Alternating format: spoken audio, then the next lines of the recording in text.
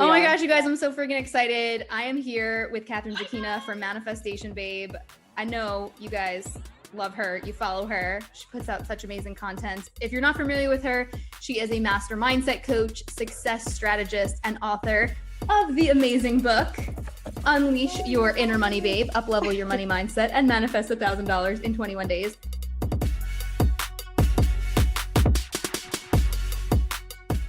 So when I was in high school, I was very pushed into science, and my mom wanted me to be a doctor, and that's what I was going to be. I was going to be a surgeon, even plastic surgeon, because they make more money. I was just ready for that whole scientific medical school life. And deep down inside, ever since I was a kid, I knew that I would be known for something.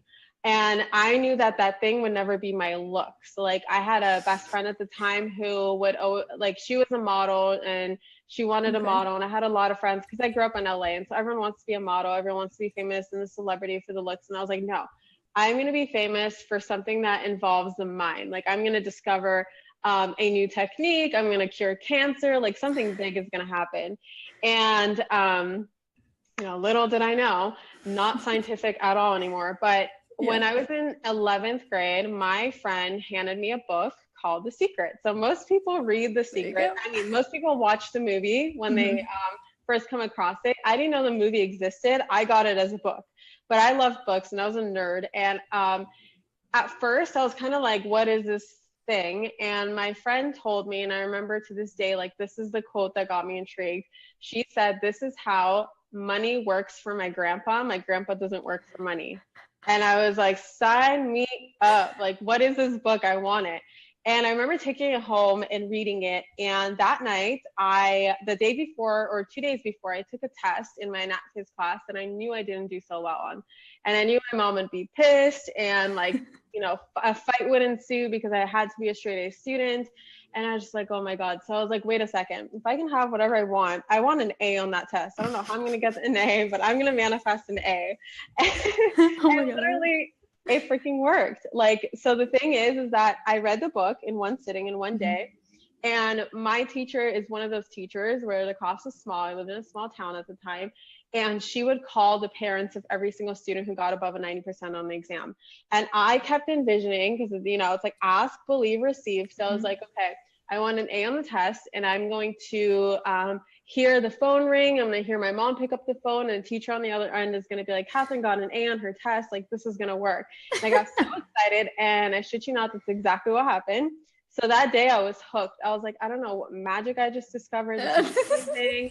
I was 16. I was pumped. I was like, hell yeah, I'm going to apply this to everything in my life. This is so cool. And pretty much from then on, that was my whole discovery of the law of attraction. I went down a rabbit hole, but it didn't quite stick because I think I was just young and my friends weren't into it. And, no one's really into it that age. So it's kind of what is this? Am I kind of stupid for believing in this? People's opinions rub off on you. And so that's why I always say, be careful who you surround yourself with. So I didn't surround myself with the best people. And it wasn't until college, when I came across Beachbody. And that was my very first business. That was my very first MLM. And as you all know, in MLMs, we're all about personal growth, personal development, do your 10 minutes a day. Mindset is the key, mindset. And I was like, wait a second. So you're telling me that I have to read 10 minutes per day of books I'm already obsessed with, books that I already love, books about Sign me up. I'm like, this is even cooler. So I went down that rabbit hole and I spent way more time reading the books and doing personal development, 8 hours a day. I don't know how I found 8 hours a day as a full-time college student, but somehow during my commute to and from school, while I was doing the dishes, while getting ready for school in the morning, before bed, I found the time to read these books, listen to audiobooks, podcasts, everything. And I was just obsessed, and I was spending more time on that than I was on the whole fitness aspect, although I did that. And I thought that was going to be my new thing. I got so hooked in Beachbody and growing the online business and social media and how do you monetize, and the fact that there's no limits. I was like, this is so cool. There are no limits. There's no income cap. I've never heard of this before. I was prepared to make $500K as a plastic surgeon, but I never envisioned above that. And I was like, wait a second, there's more money than that exists in the world. This is so cool. And I've always been money motivated. I'm not ashamed to say it. Money is something that motivates me. But then again, like the education that I have around money now, I know that that's not a bad thing. That's actually a fantastic thing, and everyone has their own motivator. But when I realized like that there is no limit, I thought it was so cool. I can help people. I get paid for it. I live the lifestyle that I want. Amazing. And then came a time where I just realized that school wasn't necessarily the path for me. I was not really interested in what my professors were talking about, how and I was studying biology at the time. So they spent a lot of time talking about how, frog development and like all these weird things in plants. We studied a lot of plants, and I was just like not into that stuff at all. And I realized I'd much rather grow my business. So during class, instead of studying and listening to a professor, I was on Facebook on my computer selling the product, and just absolutely loving it. Had my headphones in, taking courses, like all of Amy Porterfield stuff, Chalene Johnson stuff, listening to podcasts. I was just obsessed. And then eventually what I realized is that as my team started growing, I became, most of the stuff that I would coach people on, and if you've ever been in MLM, you got to motivate your team, you got to coach your team. So I spent a lot of time coaching my team on law of attraction. I was like, you guys have to have a vision board. You guys have to have your goals. You guys got to know what you're going for. Believe you can have it. There are no limits. I was like a professional pep talker. And then came a time where I started losing motivation for Beachbody, felt very undervalued, very underpaid. And I came across a couple coaches in the online world who were doing, motivating people, pep talking people, teaching on law of attraction, just inspiring them, talking about all this mindset, metaphysical stuff that I've been studying since I was 16, stuff that I already teach. They were doing just that, and they were getting paid for it, and they were inspiring a lot of people, and they were so inspirational, so motivational. I was like, wait a second. I can do just the mindset stuff and none of the fitness stuff. Like what? So all of a sudden, that is where I one night decided to create my own course. I wanted to branch off right away. Like I wanted to have my own thing. My parents were always like, eventually my parents came around, and eventually they were like, okay, like just make sure you have your own brand. Like, or, my coach also told me like, this is a great launching pad, but eventually you want to have your own brand. And I was like, oh my God, this is it. This is my own brand. So I remember opening my laptop and creating my very first course called Unleash Your Inner Manifestation Babe. I don't know where the name came from, but it just came to me. And I built the thing, and I kid you not, somehow I pumped out 80 slides in 20 minutes. Wow. And I just had so much information, was so excited about it. And I remember the next day I recorded it.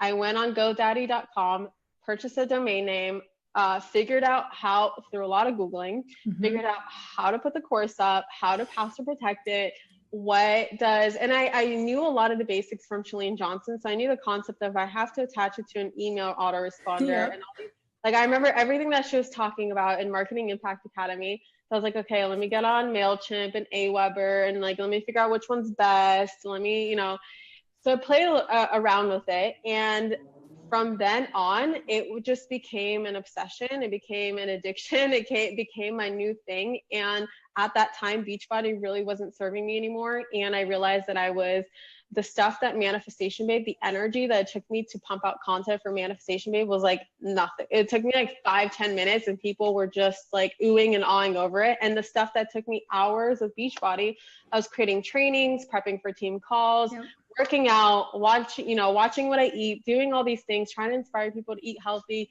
looking at recipes, and I hate cooking. So it just took so much time and energy. And eventually I realized, I'm like, why am I spending so much time and energy on something that doesn't make me happy, and very little time on something that does make me happy? And so I made a switch, and a year and a half after, here we are today. That's freaking amazing. It's so crazy too, because my story is almost like, as you're saying this, I'm like, yep, like almost identical. And I told you the other day that like a couple of weeks ago, some issues happened with my iPhotos, and for whatever reason, they like restacked. So it was stuff from like over a year and a half ago, almost 2 years ago.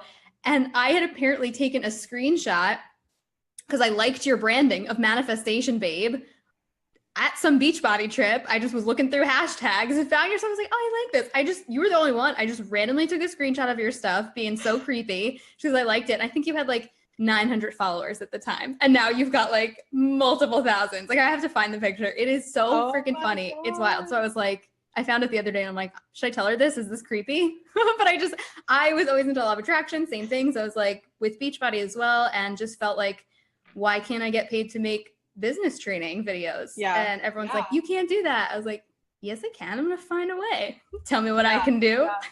Yeah. So I love it. I love it. It's so like inspiring. It's like a mindset. It's like also that mindset where we think that the stuff that we love and the stuff that comes so easily to us, we're not supposed to be making money with it. I don't know where this idea comes from, but it's like, that's a societal norm. Like you're supposed to hate your job. So if you're not doing what you hate and making money with it, then you're doing life wrong. And it's like, no, not at all. But once you get over that hump, once you start surrounding yourself with other people who are making, they're making an income with their passion. Once you come across those people and you see what's really possible, then your entire life just takes off. And a lot of people don't even get to this point to where they see the takeoff, I believe that your channel of abundance lies within your innate gifts. And it's amazing how many people are afraid to explore it. And they're just stuck, hating their jobs, and they're just stuck believing that they cannot build a business with their passion. It's just so sad, but all it is a mindset. And once I started thinking differently, I was like, oh my God, this is so cool. And my life has not been the same since. It's wild. Sure. And I love what you said, because I think too that a lot of people, they take for granted their own expertise and the things that come naturally to them. And they just go, well, isn't everybody good at this? It's like, no, they're not. They're like, wait, people will actually pay me money to do this? And it's like, yes. It's like, no, there's no way. And it's like, no, people will literally pay you a premium to do exactly what you do and you love doing. And it's surprising for some people. And then they go, wait, there's other people online already doing this, already making like multiple 6-7 figures. Hold on. Yeah. It's crazy. It's like literally wild. And I love seeing people's like the light bulb go off for that, because it's like that's like the moment that everything opens up and changes. I was creating a copywriting masterclass just based on what I know, how I write my sales pages, because over the last couple months, I've literally had people threaten me and like beg for me to reveal my copywriter to them. And I'm just like, I just write what? Like, I'm just, and it comes so easily to me. I don't even think that I'm doing anything special, but apparently like people just love my copy on my sales pages. And so I was creating a masterclass this morning. And as I was writing it, I was like, this is so obvious. Doesn't everyone know this? Like, I'm just typing it. I'm like, this is so stupid. Like, everyone knows this. Why would someone listen to this masterclass? And I'm like, no, duh. Like, that's the expert's curse. Like, that's where you think that you know something so well, you think everyone does, but really it's not true at all. There's so many people would kill for the information that you know. And you can make a significant amount of money, a significant business, 6-7 literally figure business off of the knowledge that you already have, off of your gifts. It's amazing. It's absolutely amazing. Amen. So I was asking some of my tribe, some of the people in the interwebs, like, what are the biggest things that they have that they're struggling with when it comes to manifestation? So a lot of really fun stuff that people were kind of sharing and some interesting questions. So I'm excited to dive into some of this stuff. And I feel like a good place to start is like with those limiting beliefs. But before we go there, let's like establish some like ground rules about like the concept of manifestation, because this might be new for some people. So, and you can kind of expand on this, but essentially it's like everything in your life and in your existence right now is a mirror reflection of the vibration that you have held up until this moment. And you can change it at any time, but that's kind of, is there any other like ground rules that you want to add to that of like, this is kind of how it works? Right. It's just law, like attracts like. So law of attraction, everything in your reality was once an idea, was once a thought. And by you holding, all thoughts, all beliefs, they all hold a vibration. By you holding that vibration, by law of attraction, you're going to attract a like thing, whatever it may be, a like experience, a person, an event, a circumstance, whatever it is, into your life based on that vibration. So just the basics, if you're constantly complaining and thinking negative thoughts and saying the things like, I can't have that, I suck, life sucks, life is unfair, all the most common phrases that we hear that are negative, then you will attract those negative energetic matching circumstances into your life. If you're positive, you're focusing on the bright side of life. And that's not to say like life is always perfect. Even like us professional, like master manifestors, like shit goes wrong all the time. Life is not perfect. There's a challenge all the time. There's some sort of obstacle, but it's just understanding that you hold a positive mindset even above the challenges. Allow your vision to be bigger than your bullshit, and focus on the reward, focus on the bright side of things, focus on gratitude, being just being happy regardless. Then you will attract overall more things just like the vibration that you're holding. So more, happier events will come into your life, the things that you're grateful for, whatever you're grateful for, you always attract more of the same thing in your life. So similar things will come into your life, other positive people, opportunities, all these things. And you really can change in an instant. So a lot of people think that it's going to take months and months and months and months of work. And actually, I have in terms of limiting beliefs, something that I've found in my industry is a lot of people are so obsessed with focusing on their limiting beliefs. And there's I saw you made a post about this and I was like, thank you. Like, what is my limiting beliefs? I have to uncover it. Right. Yes. No, and like there's quizzes to find out your biggest blocks and your biggest limiting beliefs. And it's like, well, no shit, your limiting beliefs will forever stay with you because you're constantly focusing on uncovering them. And if you even just for a second pretend that you have none, that is going to serve you so much better than trying to discover them. Because as soon as you start digging for like, wait a second, what if there's some subconscious limiting beliefs that I don't know about? Let me just dig into those. Let me take this quiz. Let me have this coach tell me what my limiting beliefs are. All you're doing is you're focusing on it. That's another thing about law of attraction is what you focus on expands. And so a lot of people go down that negative spiral of a rabbit hole. They think they're doing personal development, but they're really just focusing on attracting more limiting beliefs because they're focusing, like attracts like. You focus on your limiting beliefs more than what's going for you, what you have in front of you already, what's already going well in your life. If you focus more on the negatives, then you're going to attract more and more of these blocks and limiting beliefs. So that kind of drives me a little bit insane. But besides that, that's basically the basics of law of attraction and manifesting. The basics. Okay, cool. So for somebody who's brand new to this, I love this. I don't know if you found this as well, but in the beginnings, even for me, it's like, hold on. So you're saying I manifest my own reality. What I think about is what I get, and that I'm drawing in all of these things. Well, this horrible thing happened and that horrible thing. You're saying I asked for that? No, Kathrin, I didn't ask for that. So how do you explain to someone or coach someone through the process of like taking responsibility, owning that power that you do create your own reality without having like guilt or shame around what you've created? Yeah, so I can only speak from my experience and how I understand the shitty things that have happened in my life, how I did in fact manifest them, or how I can take responsibility for them. And it's not that I attracted the negative event, it's that I attracted the positive result after a negative event.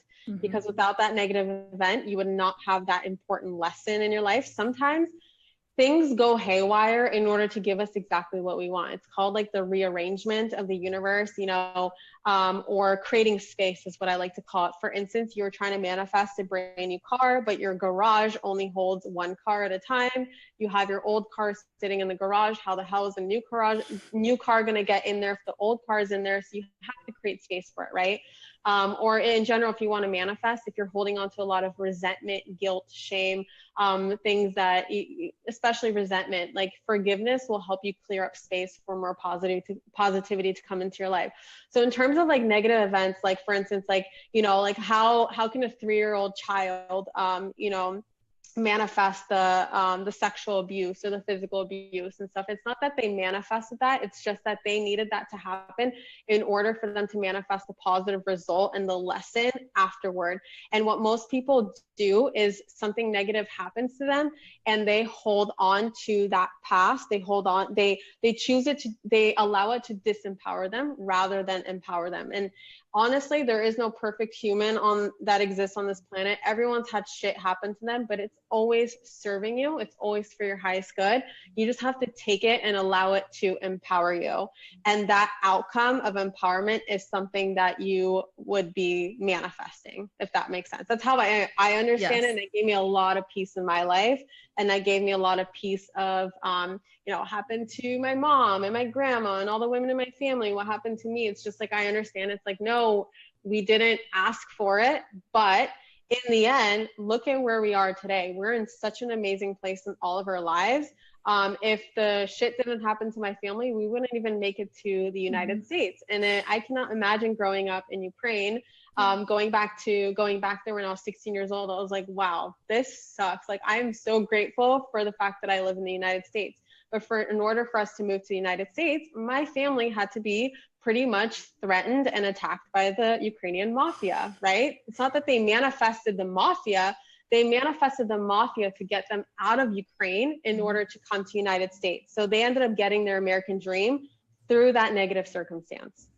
Beautifully said. That their intention and focus was to get to the United States, or even just to say, I want to have a higher level, more abundant in existence. So the universe says, okay, let me get you there in the fastest possible way. Not necessarily the easiest way, but shortest amount of time. So if that's the shortest amount of time, it might be things that, that's why people go, why did this person get cancer? Why did this happen? Why did that happen? Well, when they live through it, they have this breakthrough on a whole other level. And it's like, well, that was in some weird way the path of least resistance. Yeah. And we cannot judge what the universe is doing. Yes. We can't judge those things. We can't look at we can't put our idea of what is good versus bad on what's going on, because I am of the belief that everything is always going towards the greater. Everything's always happening for the highest good. I also am of the belief that we choose our lives before we come onto this planet. We choose how we're going to die. Sometimes our death can teach lessons. Sometimes our death has a greater purpose. So for instance, when people have a hard time processing like terrorist attacks or car accidents or all these horrible events, it's not that they're not horrible. It's just that you cannot judge. How do you know whether the people before they incarnated into this lifetime, how do you know that they didn't choose to die that way in order to teach a very important lesson? Like perhaps we need higher security in airports. Perhaps we need higher security in Las Vegas. All those things, it goes towards the greater good. We cannot be the judges of what's good versus what's bad. And that also gave me a lot of peace in my life around like unexpected death, cancer, diseases, all these things. I've just, and like everyone can argue with me, and I've had people argue with me, and I've had people be like, oh, how can you be so nonchalant about death? But if I wasn't like this, like I would, as an empath, I would just be suffering every damn day of my life. And I choose not to suffer. I choose to hold myself in a high vibration so that I can help people, so I can come of service. And if I'm just crying in the bedroom all day long because of all these horrible things happening in the world, I would be of no use to this planet. I would just be how am I of use crying in my bed? So that's just what gave me a lot of peace in my life. And that's, kind of what I teach and hope to help people understand that, it's not as bad as it seems. Mm-hmm. Yeah. I always kind of came into it with the idea of that really it's your perception of the event that's really coloring it with some kind of emotion, good, bad, whatever. So it's like, if you can kind of sidestep that emotion and reframe it and look at it in exactly what you just said, of like, this is for a higher purpose, or this is like in some way guiding you towards what you actually want. There's a lot of peace behind that, and just kind of like surrendering and trusting. Always trust. Always trust. So this is kind of a good segue for, a lot of people will say, I've been really, really trying to manifest money, or, I really want this 10-foot yacht, and I keep thinking about it, but it's not here yet. What's wrong with me? Like, why isn't it here? Yeah. And I always say you're trying way too hard, and nothing comes out of trying way too hard. The law of attraction, just like it takes no resistance for this pen to just fall with the law of gravity, it takes zero resistance for something to manifest in your life with law of attraction.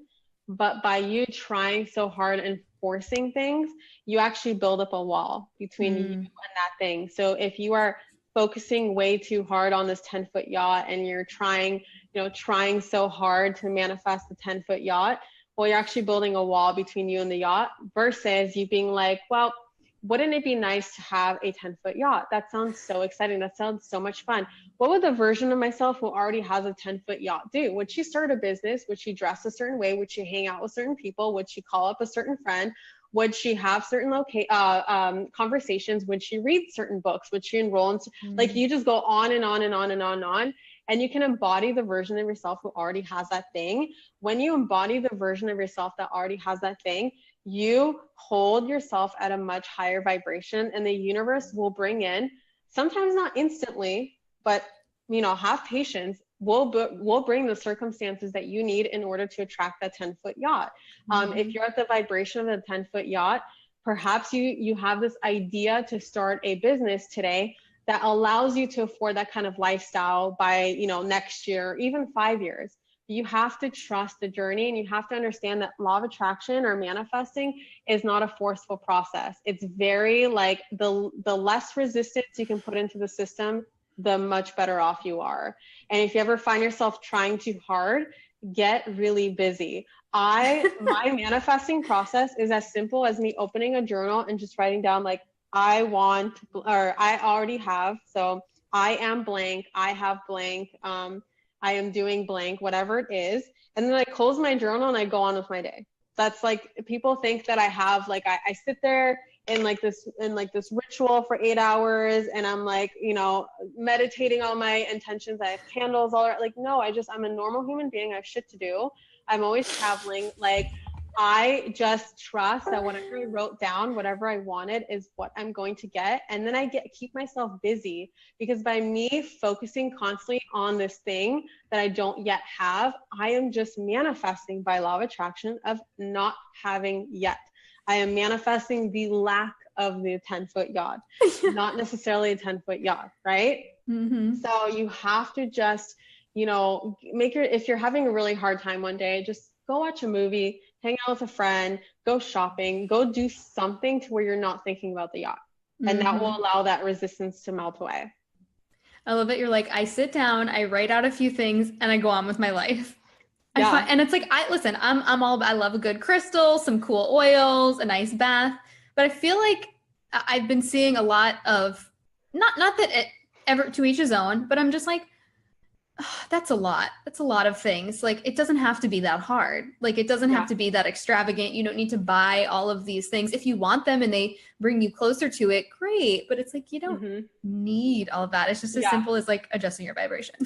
Right. And it's so funny because we've been manifesting from the minute we were born up until now. So why do you think that all of a sudden, if you didn't need them up until this point, why do you think all of a sudden you need all these things to keep manifesting?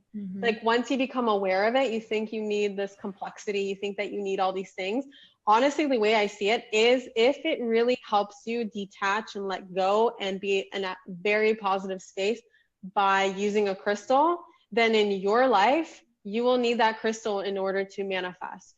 For some people, it is, you know, tarot cards or candles or a special ritual around manifesting. And I have certain rituals and stuff, but that's because it makes it so much fun for me. Once it stops being fun, I stop doing it. But if it just keeps me in a high vibration, I'll keep doing it. But yeah, it's really, really, really simple. You don't need any complexity. It's just being intentional with what you're manifesting, understanding that you are manifesting something that you actually want versus something random. Because a lot of people, until they open themselves up to the awareness of law of attraction, up until they become awake with the law of attraction, they have pretty much been manifesting randomness. Like, sometimes it's good, sometimes it's bad, because they're not intentional with where their thoughts go. They're not intentional with what they say. They're not really intentional about their belief systems and what they keep tuning into. You know, perhaps they watch a lot of the news, and the news is always about negativity. So they're not really intentional with it. But once you learn, just be intentional with it and go about your day. And that's all you need. Boom. Now, especially for entrepreneurs, I would love to hear some of your best practices or tips around becoming intentional about your beliefs. And it may be just like the simplest answer, but, you know, a lot of entrepreneurs go through the roller coaster of, you know, one day you're getting sales, the next day you're not. And instead of trusting and surrendering and saying, okay, this is happening because this is a moment of growth, it's like, oh my God, it's not working. Everything's crumbling. I'm going to sit in a corner and hug my knees and shake until the morning light, you know? Oh my God. Well, my thing is always, and I guess like a lot of people started quoting it yesterday, so I turned it into a quote, but it really is allow your vision to be bigger than your bullshit. Because you will have bad days. You will have like, you never know what the universe is doing. And the universe will always do things that you don't understand, which will come through like a client falling through or a deal falling through. And you just don't know that, no, like that's not for your highest good. Like I have something 10 times better planned. Just chill out, wait till next week, you'll see. But we don't see all that stuff. So in those moments, in those times, I have a consistency that I do have in my life, and that is mind food. I make sure that every single day I'm feeding myself with some sort of positivity, some sort of an audiobook, a podcast, Tony Robbins on YouTube or actual event. I'm always going to events, as many as I can handle, so that I'm constantly surrounded by other people who are successful. Because if I don't, then I fall into the trap of mediocrity. And mediocrity is like, it's not working, it doesn't work, it doesn't matter, whatever. And I never want to be like that. And so also surrounding yourself with, you know, friends. And I'm an introvert, so I don't really like to hang out much, but I do have my friends, you know, in the online space. I have Tony Robbins as my number one BFF, so I watch him all the time on YouTube. Like I just pick, you know, 5 people in my circle, and some of them are authors and some of them are speakers I've never met in my life, but that's okay. I still hang out with them, and actual real life friends. And I know that by being in their energy, I'm always keeping my vibration here. So even if I'm having a bad day, I know, and I'm constantly seeing proof and examples that the bad days do not last, that success is on the other side. The only way to not get success in business is by giving up. That's the only. That's a tweetable moment right there. Like, guys, tweet that out right now. Like, post that everywhere. It's so true. Like, so many people, they give up. Yeah. And that's the only failure, is giving up. Heck yes. Yeah, I love, oh my God, this is so good. There's like so many tweetable moments that are like coming through right now. It's like, choo, choo, choo. I don't even know how to use Twitter, by the way. I don't have a Twitter. I don't either, but it's just like people, I like did it back in like 2011. I'd be like, look at this recipe. And then I just shelved it, and I just don't see the use of it. Yeah, I don't follow me on Twitter. I probably have 12 friends on there. So yeah, I should probably take Manifestation Babe just in case. Ooh, you don't even have the handle? You're like, I'm not even there. Can't even find me. That's bold. No. Not there. I know, right? Shit. I love it. Well, that's a good point. Like, guys, entrepreneurs, you don't have to be everywhere. No. It's a good little nugget. I only hang out on Instagram or my Facebook group, and that's about it.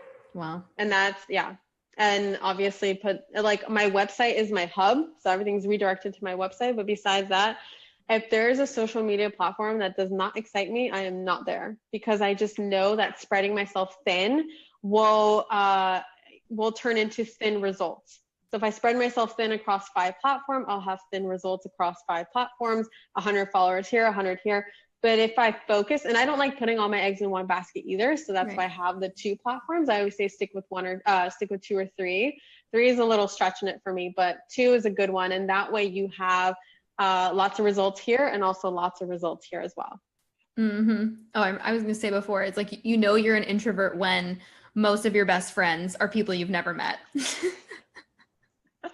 I feel like, hell yeah. Because I'm like, yeah, like my bookshelf, like those are my besties, and I could meet them in person and be like, hey, and just like drool a little, but they would have no idea who I was. But yeah, exactly. I know. That's like me the day I finally meet Tony Robbins. It's like I already know his life story. Like he secretly knows mine. He just doesn't realize it yet. But I've told him my life story already, and we're already BFFs. Yeah. But you've written him letters. You visualized meeting.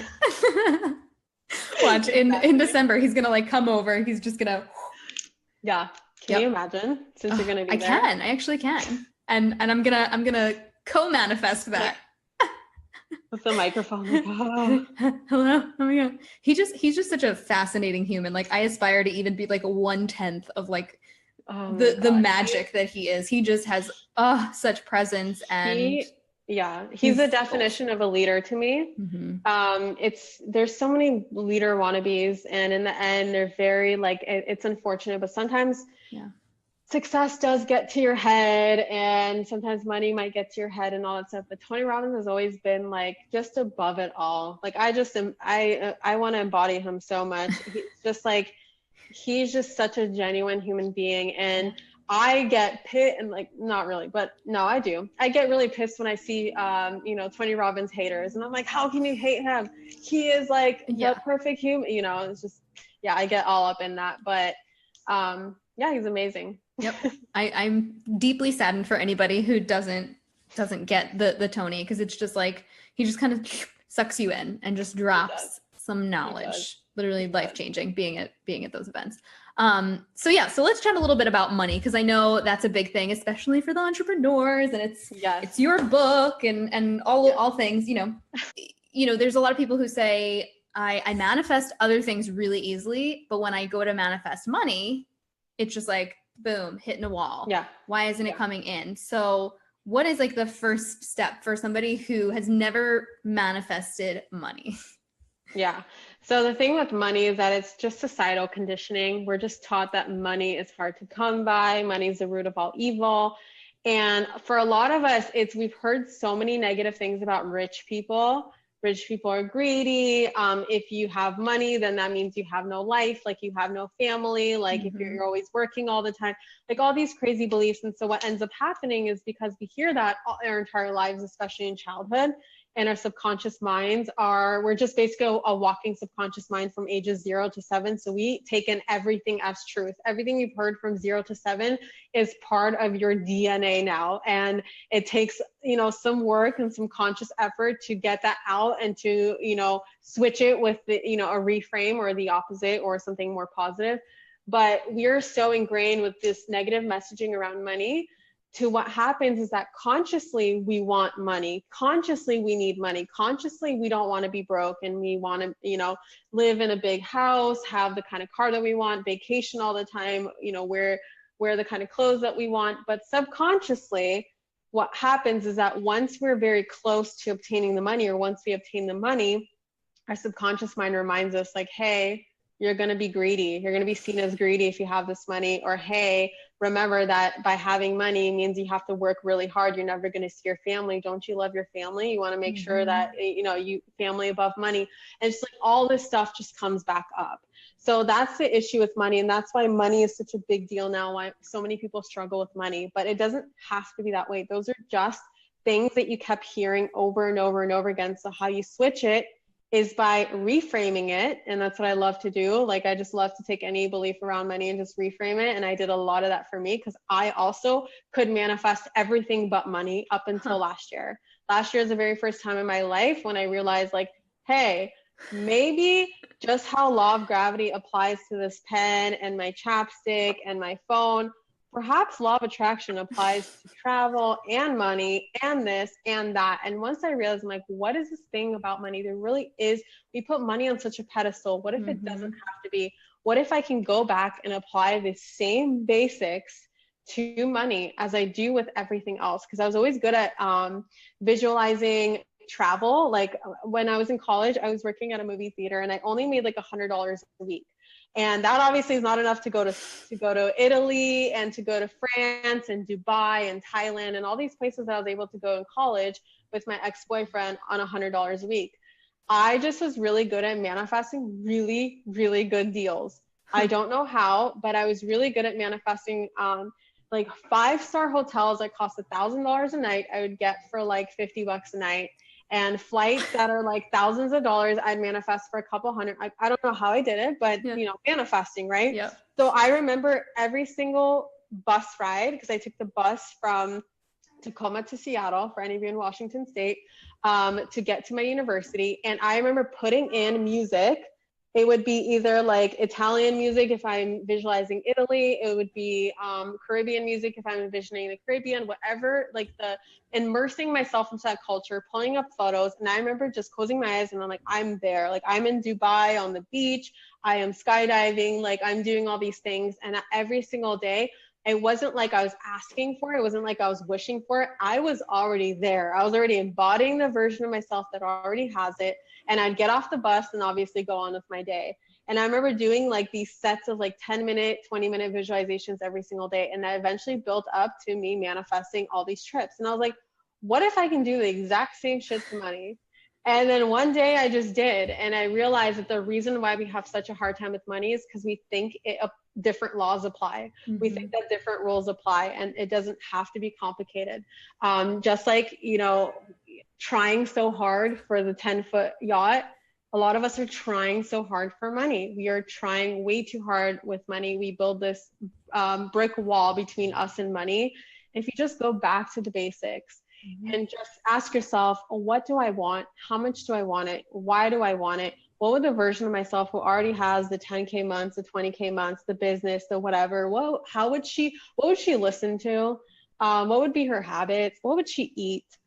Just thinking about as if you're already living it, like, and start acting as if, right? You don't want to just ask yourself and figure out a plan and then not do anything. You definitely want to take action. So then the next day, for instance, I remember studying a lot of successful people and having my enough is enough moment. Like, I need to figure out this money thing out. I'm $25,000 in debt. I'm broke. This sucks. Like, I am so pissed off. I'm so annoyed. What are all these successful people doing? And what a lot of people do is that they always say this deathly phrase, like the phrase of death, which is, I already know that, or I know. And I remember telling myself to shut the fuck up and just pay attention and listen. And I don't care what they're doing, just study them, because there is, you know, there is like a common, you know, trend of things that they think, things that they believe, how they act, what they listen to, where they're hanging out. Like there are all these common trends. And I remember just studying them and realizing that they just see money as energy. They are constantly listening to wealth consciousness books. They are waking up a little bit earlier. They are not wasting their time. They're not scrolling on social media. They're not spending time stalking other people online. They're not doing all these things. They're literally very focused. They know what they want and they're going after it, and they just believe that the whole universe is behind them.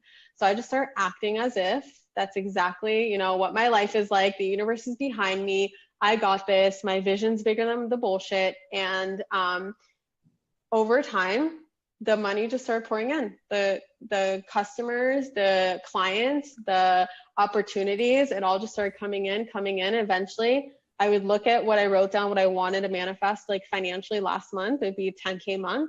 That's exactly what I got this month. Mm-hmm. And then I remember increasing it and being like, okay, 20K month sounds good. And I'm like, okay, so what would the version of myself who has a 20K month do?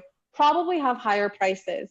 I'd go online, raise my prices. I'm like, she'd probably post a little bit more and advertise her services. So I'm like, okay, let's write a post. Like, she would probably go to this event. Like, I would, you know, for instance, see some networking event or something. So I'm like, all right, sign myself up. So I just do these actions and come from that place of already having that money. And that is all it takes. Mm-hmm. And also not neglecting your money. A lot of us, we don't even realize how afraid we are of checking our bank accounts. We don't even realize how afraid we are to know exactly how much in debt we are, exactly how much we make.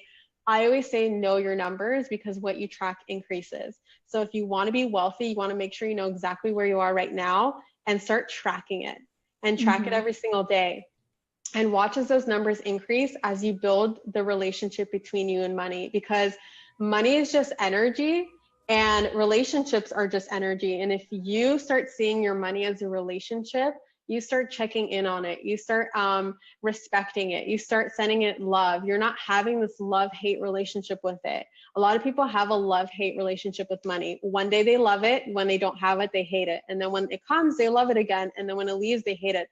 And I'm like, that would be really irritating if every time I left to work or left to the store, left somewhere, my boyfriend would get really pissed off and hate me. And then when I came home, he would love me again. Like, that would just be irritating. And that's what we do with money. Mm-hmm. There's an ebb and flow with money. When it leaves, we hate it. When it comes, we love it. You have to practice loving it all the time. You have to practice checking in on it and respecting it, not spending it on random shit. Ask yourself, is this a form of respecting my money if I spend it on this? Is this a form of disrespect if I don't even pay attention or hoard my money? Like, keeping someone locked in your house, like that's very disrespectful to them. So don't hoard your money either. Allow it to roam free. Allow yourself to spend it, donate it, give it away, show yourself that, and show money that you are abundant and you trust that it's going to come back, and it will start treating you differently. And another thing that I mentioned in the book is, like, if you look in your wallet, does your wallet even have space for money in it? Are your dollars all crumpled up in there? Is there a gum wrapper in there as well? Are there like expired gift cards in there? Like, that's your money's home. Are you respecting your money's home as well? So there's all these different analogies and metaphors that I have around money that I just developed over time because I had so much resistance, so much stress around money. It was just taking over my life. And I started giving myself all these different analogies. Like, if money is just a resource, and so is oxygen, right? Like, oxygen is just a resource. And I breathe in and I breathe out, and I breathe in and I breathe out, and I'm not taking away oxygen from someone else. Them breathing is not taking oxygen from me. There's plenty to go around. I can trust that once I breathe out, I can take another deep breath in, and it's always going to be here. It's always ever flowing. Like, life is good. It's all good in the hood. Like, I just need to relax.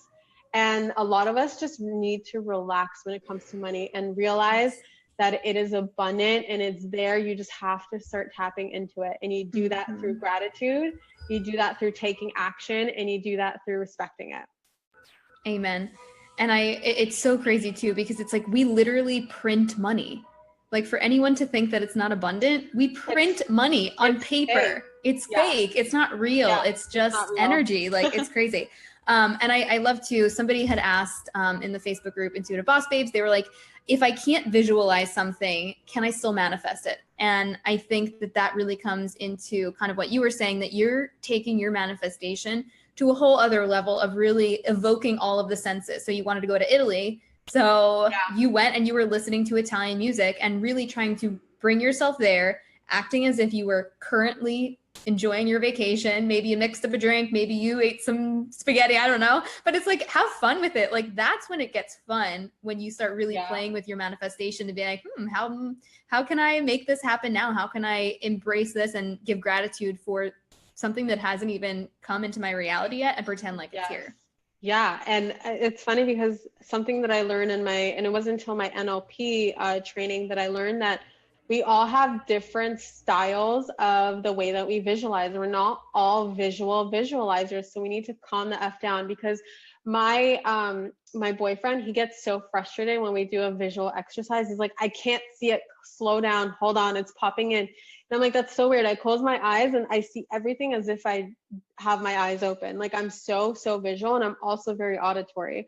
A lot of people are just auditory, so maybe you have to hear the sound. Can you hear the sound of cash coming out of an ATM? I know you know that sound. Can you smell like the cash? Can you hear the sound of like a cha-ching or whatever it is? Like, some people visualize through tasting, so gustatory. Like, can you taste the money? I don't know. Like, if you're into that, can you feel it? Like, you know what it feels like? You know what the feeling of having it feels like? You know the feeling of spending it on something that you've been saving up for a while, that really gratifying feeling of, hell yes, I finally did it. Or earning it, putting in work and earning in money has a specific feeling. We've all felt those feelings. Just start tapping into that feeling, and that is your own style of visualization. And we do manifest through feelings, because it's a thought creates a feeling, and then that creates the manifestation.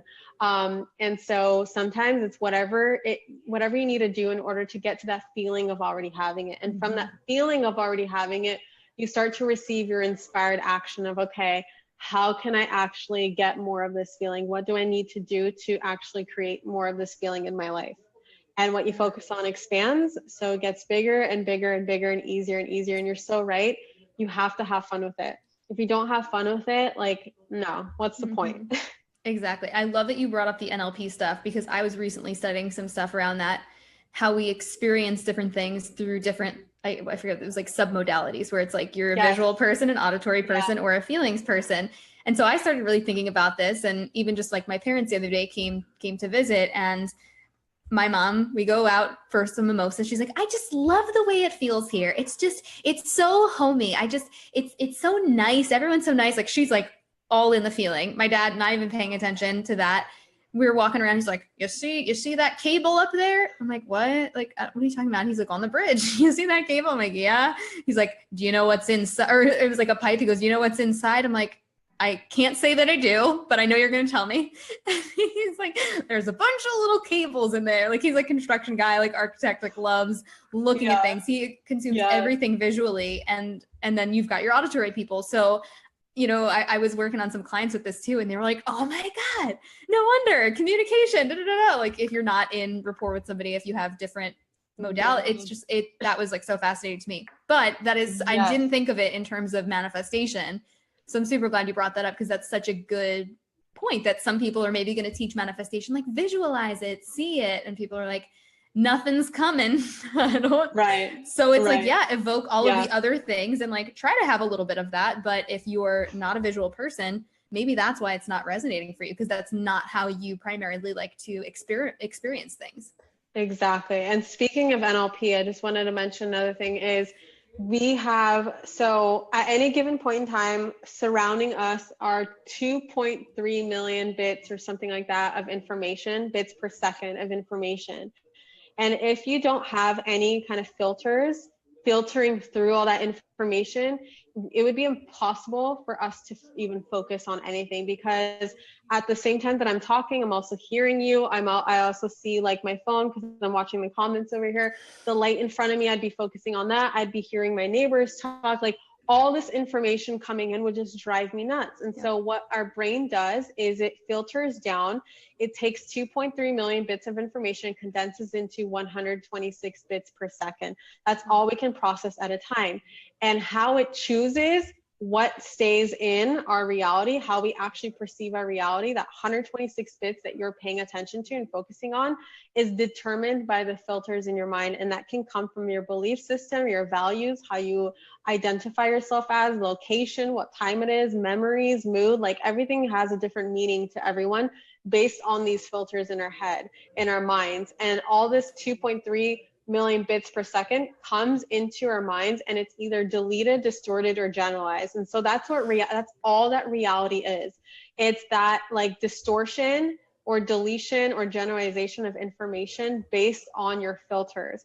And if your filters are like, for instance, your belief system is that money is hard to come by, money is the root of all evil, or manifesting's hard, or life sucks, or life is unfair, or whatever it is, then all you're going to see in your reality is life through those filters.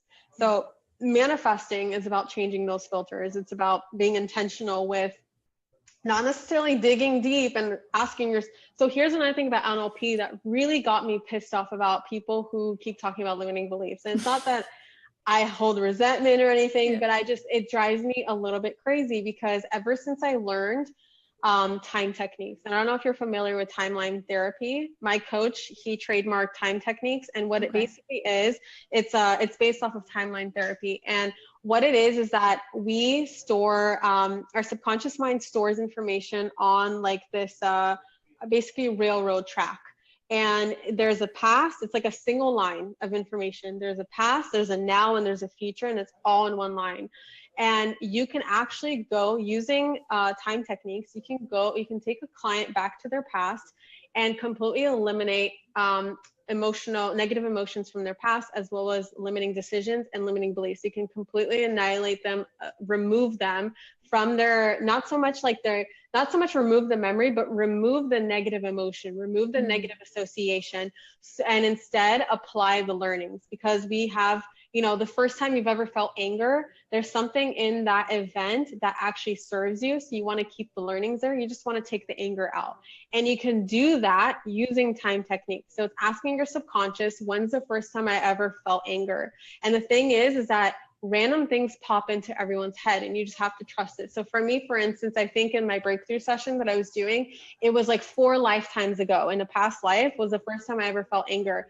So I took my subconscious mind 4 past lives ago along my timeline and went down into the event. And sometimes you'll see things, and sometimes you'll just see swirling black holes. Sometimes you won't see anything, but you can just get a sense, like all of a sudden a message will pop up through your subconscious, like, whatever the learning is. Like, for instance, no one's perfect. You have to forgive this person. You're learning forgiveness in the situation. And you pick up the learnings, and then you go before the event, And when you look down in the events, like it seems like a visual process, but it actually isn't. So if you feel things, you feel things. If you hear things, you hear things. It's however you process information, but you're going along a timeline. You go before the event, you look down into the event. What you realize is that there's no more negative emotions associated because the event hasn't happened yet. You release them and you look down. And when you come back into now, when I did this process, I realized that like I can remember times in my life where I would have felt angry, would have felt guilt, would have felt sadness. I just don't have any memory of actually feeling those feelings. It's really cool shit. So applying that, we do the same with limiting beliefs.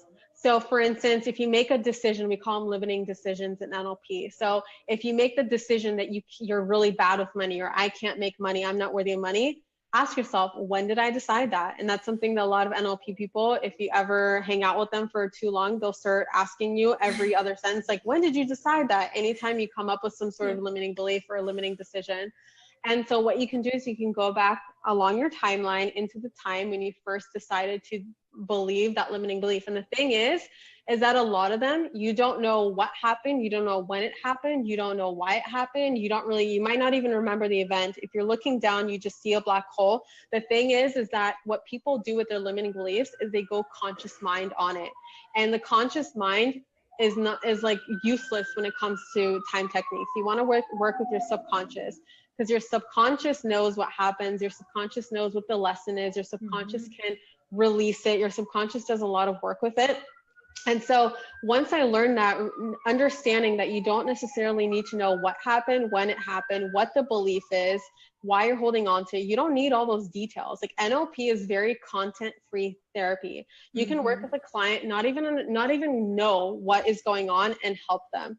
And when I realized that most of the change work is content-free and you don't actually have to know the content, and actually experiencing it with it, like actually doing it and having it done on me, I was like, why are people so concerned with the past? Why are people so concerned with limiting beliefs? Why can't we just go forward? Why can't we just release and forgive the past, move forward, and start focusing on the things that we do want, the things that we do want to manifest, the things that we want to create? Why are we so stuck in what my limiting beliefs are? It's like, I know I have limiting beliefs, but I choose to believe that I don't have limiting beliefs. So therefore, that's why I'm always moving forward and nothing's holding me back. So it's like another thing with NLP and limiting beliefs that I wanted to mention. Oh my God, that was amazing. And when did you, for some people who maybe don't know what NLP is, like I'm obsessed with it. I swear I've been learning about it for a while. I have a degree in psychology, but then actually going to a Tony Robbins event, like being in a room of 14,000 people who are just like all in sync, all there, like the energy was on another level. And like the transformation that I had, my boyfriend had, I was like, oh my God, my whole life has changed, but also my whole perception of coaching and psychology just went like 15 degrees the other way. I'm like, oh God, who am I? What do I do? Like I have to change everything. Cause like it awakens you to this whole other level. So when did you first learn about NLP? Was it through Tony Robbins? I think so. So now that I know NLP and I go back to all the exercises we do at UPW, and then obviously like whatever I experienced this week at Life and Wealth Mastery and Date with Destiny, I know all has an NLP background. And what Tony Robbins did is he rebranded NLP to call it neuroassociative conditioning, just so he wouldn't get sued or anything. So he like basically kept the basis of the practices, just changed the name and made it his own, which is badass and awesome. But Tony Robbins did do a NLP practitioner certification back in the day. He never did master's prac. What he ended up doing was hiring others to go through master's prac so that they can teach him and basically share the important stuff that he has to know. So he didn't do master practitioner. But he has that formal training, and I didn't even know that he did. I didn't know what NLP was still, even after going to Tony Robbins event, until like around the summer. For some reason, NLP came into my mind, and I was like, I don't know what this is. So I Googled it. Maybe I came across like another NLP practitioner, or I started hearing about it, or people asking. I don't know what it is, but I Googled it and read about it. And I was like, I don't know what this is, but I want it. And I literally started Googling like trainings. I took like an online certification, which online is great, but you really want to do it in person. I highly, like, I'm so online about so many things, but with NLP, you definitely want to go and practice it in person and actually do like sessions with each other, and see it in action instead of the instructor online being like, okay, now go practice it with your husband. And it's like, no, he's not going to want to do any of this. Like, who am I going to practice with? So actually being in a live training. And I remember Googling live NLP trainings in Los Angeles, and nothing really came up until like I had so many schedule conflicts with all the classes. Some of them were like spread out like every weekend for 6 weeks. And I'm like, no, I just want to get it all done. And my Tony Robbins one, all my Tony events conflict with all of them. Yeah. And so my one of my best friends went to another event, like another personal development event at the Westin Hotel by LAX. And she took a picture and she's like, isn't this NLP thing that you always talk about? And there this week. Yeah. And I received like I received the picture, and I'm just like, oh my God, that's in LA. Hold on.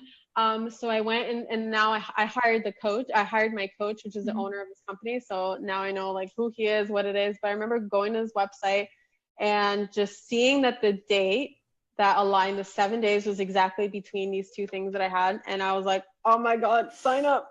And I literally had no way. And the thing is that it wasn't just NLP. It was also hypnotherapy. It was also the time techniques, which I had no idea what the fuck that was. But I was like, whatever, if I get the NLP, I'm good with all the other stuff. Life and success coaching. And why am I blanking? So one other certification. Oh, emotional freedom technique. And so I was like, okay, so 4 bonus certifications. Awesome. And as soon as I walked into that class, I knew like my life was changed. Like, it was, the stuff that you learn is absolutely amazing. Master practitioner, however, was another 14 days that I just finished. And that was life-changing. That was absolutely amazing.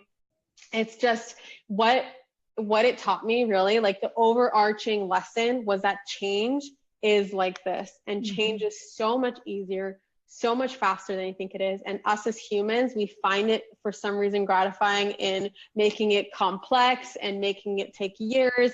And we think that we need to spend 15 years in therapy. But honestly, all we need is one NLP session, and that 15 years of therapy can be done like that. Like, it's insane, and it's so amazing. And I highly recommend it to everyone. Truly insane. How was the hypnotherapy piece? It was awesome. Hypnotherapy, like, I was very like, what the fuck? But that's how most people see it. It's because Hollywood makes it look like, you know, you swing a pendulum over your head and like you're getting sleepy. And then like, I'm going to control your mind and I'm going to tell you like all these things, like, you know, go kill this person, or like whatever people are afraid of. The thing is that knowing how, so hypnotherapy, basically what it is, how I understand it, is you're turning off the conscious mind.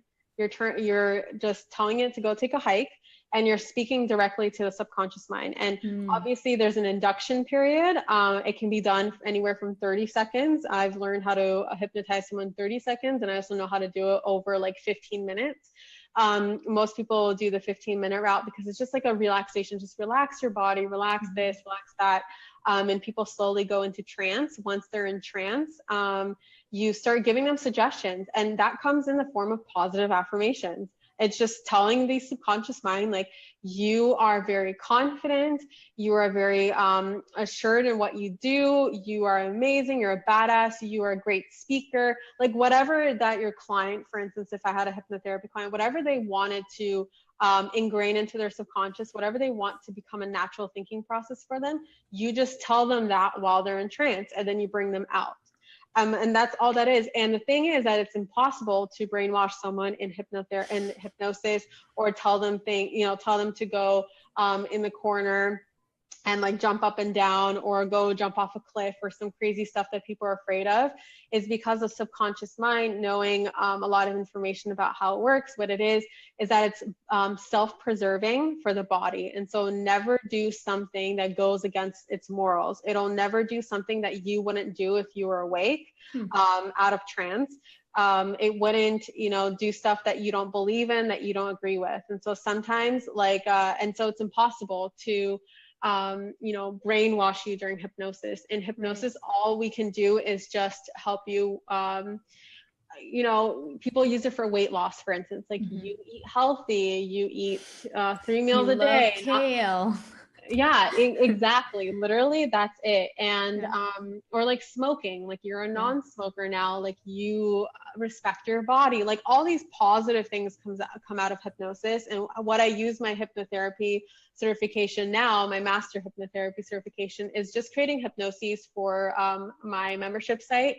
And you know, at my retreat every night, I'm going to lead everyone through a hypnosis to put them to bed in a really great mood, and basically putting together everything that we talked about and learned about that day. It's just a great way to, I've decided to close all my live events with a hypnosis from this day forward, because it's just a great way to kind of put the cap on and have everything that you taught them, everything that they learned, everything that they discovered about themselves, everything that they wanted to manifest, all their intentions, all the stuff that you went through, just kind of puts a nice like little bow on top of their head, and you send them off, because now you can tell them like everything that you learned today comes easily and naturally to you. Just, you know, this stuff is easy, this stuff is natural. It's a lot of stuff that we did with our master practitioners, because a lot of people get overwhelmed in NLP. So it's a lot of like the suggestions that I kept hearing over and over again. But yeah, that's all it is. And it's really good stuff. And it's a lot simpler and easier than you think. You can self-hypnotize yourself. All hypnosis is self-hypnosis. So if you don't believe that you can be hypnotized, you'll never be hypnotized. If you believe you can't hypnotize someone, they'll never be hypnotized. It's like very just, it's just very like what you believe is possible.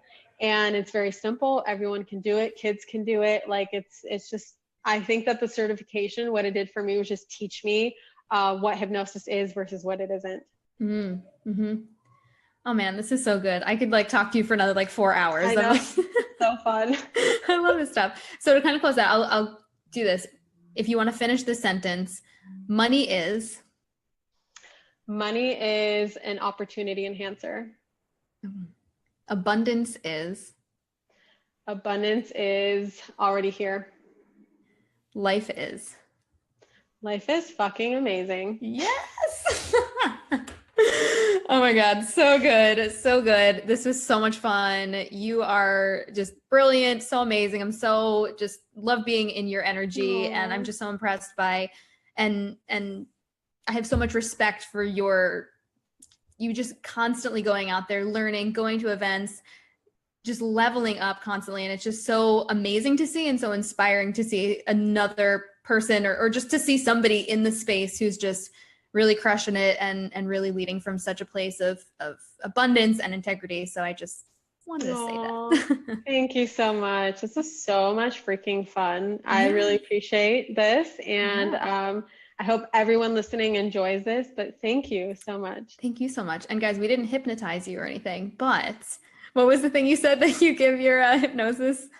Like everything you heard today is happening easily and naturally for you. It's now integrated easily and effortlessly and naturally, and it's all part of your being. What's funny, actually, Jen, I want to mention one more thing, that everything is actually hypnotic. The news is a form of hypnosis. That I believe, 100%. When president, like for instance, Barack Obama, most of his speeches are a lot of hypnotic language. It's very like broad and very chunked up is what we call it in NLP. And it's just very like your mind fills the gaps. Like for instance, in the election between John McCain and Obama, John McCain was very detailed. Like he was like, this is exactly what I'm going to do. This is what I'm going to do and all this stuff. And people just started losing interest. Even his own party just lost interest. And Obama was always like, change. We need change. Pregnant pause. Yeah. And when people would interview like people who went to like an Obama rally and be like, what did he say? They all said something different because their subconscious minds filled in the gaps. And so it's very, very interesting stuff. Very cool stuff. What were you saying before this though? Why was I getting into this? You were just like, I just have this other thought. No. So I'm saying like news, TV shows that you watch, things that you listen to, the books that you read, the stuff that you pay attention to, it's all hypnotizing. It's all hypnosis. And so you really want to be careful with what you tune into. It's another good reason. ever since I went to that training, I was like, shit, like there's a lot of people who are falling asleep to watching the news or falling asleep to horror movies or watching them before bed. And it's like, this is all a form of hypnosis. You are training your subconscious mind to be a negative thinker, to be afraid and to be fearful and to look at the world as a dangerous place. And so I was like, oh my God, this is so fascinating. So yeah, like you and me talking is a form of hypnosis, and hopefully this is a hypnosis for the highest good. I know it is, but it's so true. Like everything you tune into is a form of hypnosis. Oh, so good. And I'm sure you guys all have noticed that if you go and you binge like a YouTube or a Netflix series and you're like, yeah, let me binge this, depending on the nature of the show, like, I don't know about you, but all of a sudden, like images from the show or things like that will pop up for me and I'll have to shut it down if it's a show that, you know, if I don't know a lot about it, if it's like not something that's the right energy and it's making me feel weird. I'm like, oh, no, gut check. This isn't good. That's so fascinating though. I never thought about it though in the framework of it's actually a hypnosis. And another thing is how fast does time go by when you're watching some Netflix series, like episode after episode after episode. Well, there is no sense of time in hypnosis. There is no sense of time when you're under trance. You don't know how much time went by. And so that's like another thing, another basically proof right there is that like time goes, like you don't know what time it is. You don't know where you are. You don't know what's going on in the world. You're just so like zoned in. And which is not a bad thing if you're watching the right stuff. If you want to be positively influenced by what you're watching, then sure, like it's okay to get zoned into it every now and then. But just another thing to think about. That is quite a suggestion to just put out there. I love that. Oh my God, this is so good. Like I said, we could literally go on for hours, but I know. So where can people go to hang out with you, to learn more about you and some of the things that you have out in the world? Yes, 3 places. Manifestationbabe.com. That's like my hub for where I put everything. So my book, my events, my courses, my membership, everything's on there. And then where I actually like to hang out is on Instagram at Manifestation Babe. And then my group, my Facebook group, Manifestation Babes. The right one has, I think we're over 35,000 members now. So that's the group that I hang out in. I go in live quite often when I'm not crazy traveling, crazy busy. I do fun challenges in there, post a lot in there. So that's another place where I hang out. Amazing. So guys, go check out those groups. I'm kind of all up in all that stuff as well. So, cause I just love it. So yeah, guys, go check out some of Kathrin's stuff. If you're watching this live, tell her, post below and let us know like how powerful this was for you, what your biggest takeaways were. If you're listening to this right now, leave a nice little review on the podcast, Social Media Sales Podcasts. Let us know what you thought, because we'd like to hear your feedback, because that's how we create some awesome, juicy content for you guys. By hearing what you guys found powerful and your biggest questions. So Kathrin, again, thank you from the bottom of my heart. Thank you for being you, for doing all the things that you do in this world, and for being here and spending some time. Thank you so much. Thank you for having me. Bye.